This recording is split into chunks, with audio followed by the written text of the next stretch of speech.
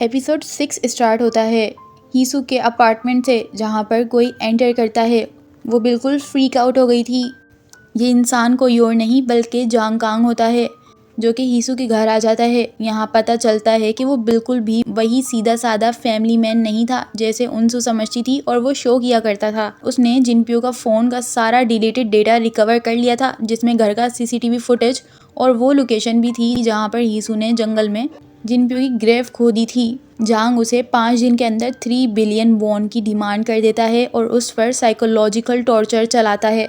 और यहाँ पर जांग कांग का साइकोलॉजिकल टॉर्चर स्टार्ट हो जाता है हीसू पर। हीसू मजबूरी में उसकी बात मान जाती है और बिना किसी को बताए वहाँ से निकलने में उसकी मदद करती है। लेकिन बदकिस्मती से जोनसुक का प्लांटेड सिक्योरिटी गार्ड उन दोनों को देख लेता है और जांग कांग उस सिक्योरिटी गार्ड को मार देता है। पैसे ना होने की वजह से हीसू अपने सारे ज्वेलरी बेच देती है, फिर भी अमाउंट पूरा नहीं होता तो वो अपना अपार्टमेंट और अपनी माँ का घर बेचने का फैसला करती है। इतनी टेंशन में फ़ोन डेड होने का भी होश नहीं रहता। जांग कांग उसे कांटेक्ट नहीं कर पाता तो वो उनसू को इन्वॉल्व कर लेता है। अब पुलिस गार्ड की डेथ को इन्वेस्टिगेट करने के लिए आ जाते हैं। जूनसुक को पूरा यकीन होता है कि हीसू इस मर्डर की जिम्मेदार है, इसलिए वो जिन यंग को भी प्रेशर करती है कि वो भी इस केस को देखे। जिन यंग पार्किंग लॉट के सीसीटीवी पर जांग कांग को स्पॉट कर लेती है और फौरन फुटेज को डिलीट कर देती है अपने भाई को प्रोटेक्ट करने के लिए।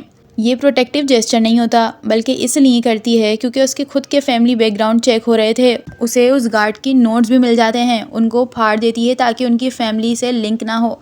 इसी बीच उनसू हीसू से वादा करती है कि वो सब ठीक करने में मदद करेगी, लेकिन जांग कांग उसके बस का नहीं। वो मॉल में उनसू का पीछा करता है, उसको घुमाता है और फ़ोन भी नहीं देता। उनसू जब फ़ोन ग्रैब करने की कोशिश करती है तो जांग रैंसम 3.1 बिलियन तक बढ़ा देता है। इंसू मजबूरन चेयरमैन से ये रिक्वेस्ट करती है कि वो किसी फिक्सर का नंबर दे। जांग कांग को अंदाजा हो जाता है कि ये दोनों पैसा जमा करने में वक्त लगाएंगी, इसीलिए वो जूनसुक को मैनिपुलेट करना शुरू कर देता है जिनपियो बनकर। वो भाग रहा है, जूनसुक उसे कुछ पैसे भेज देती है और जूनसुक पागल बनकर उसे कुछ पैसे भेज भी देती है। बाद में जांग की मुलाकात मिस्टर वी से होती है, जो सोबेक के वेयरहाउस का दूसरा चाइनीज वर्कर है। जांग पैसे उड़ाता हुआ यहाँ से वहाँ घूम रहा था और हर जगह ड्रामा कर रहा था।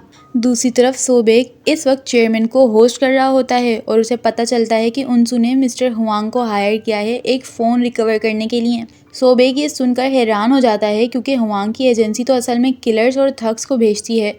वो हुआंग को कहता है कि उसे अपडेट रखे। इसी तरह हुआंग सोबेक को जांग कांग तक ले जाता है। सोबेक जांग के पास जिनपियो का फ़ोन भी ढूंढ लेता है और उसे जूनसुक के भेजे हुए पैसे भी मिल जाते हैं। मिस्टर वी बताता है कि जांग हर जगह बताता फिर रहा है कि उसे 2 लेडीज 3 बिलियन वॉन देने वाली हैं। सोबेक जांग को समझता है कि इलीगल स्टो अवे होने के बावजूद प्रॉब्लम्स क्रिएट कर रहा है, लेकिन जांग शौक से उसे अपना साउथ कोरियन पासपोर्ट दिखा देता है। यह असल में जिनपियो का पासपोर्ट था। जांग फिर और ज़्यादा डीप जाता है। वो वुड्स में जिनपियो की ग्रेव तक पहुंच गया था। हुआंग उनसू को अपडेट देता है, लेकिन वो उसे रोक देती है क्योंकि वो नहीं चाहती थी कि जिनपियो की ग्रेव और लोगों को नजर आ जाए। मगर हुआंग फिर भी सोबेक को इन्फॉर्म कर देता है। सोबेक के जहन में सब पीसेस जुड़ने लगते हैं। उसे गिल्ट भी फील होता है क्योंकि इनडायरेक्टली उसी ने उनसू को वो हैवी आइडिया दिया था कि जिनपियो को मारना, फिर जांग कांग को इन्वॉल्व करके दुनिया को लगवाना कि जिनपियो अभी जिंदा है। सोबेक हेल्प करना चाहता है। वो हीसू को कॉल करता है, लेकिन वो सबसे अनजान बन जाती है। हीसू अकेले ही पैसे जमा करने की कोशिश करती रहती है। वो जिनपियो के अकाउंट में जाकर पैसे निकालती है, लेकिन वो भी कम होते हैं। जिन यंग उस अपार्टमेंट को लॉस पर सेल करते हुए देख लेती है। सस्पिशियस होकर वो हीसू का पीछा करते हुए उनसू तक पहुंच जाती है।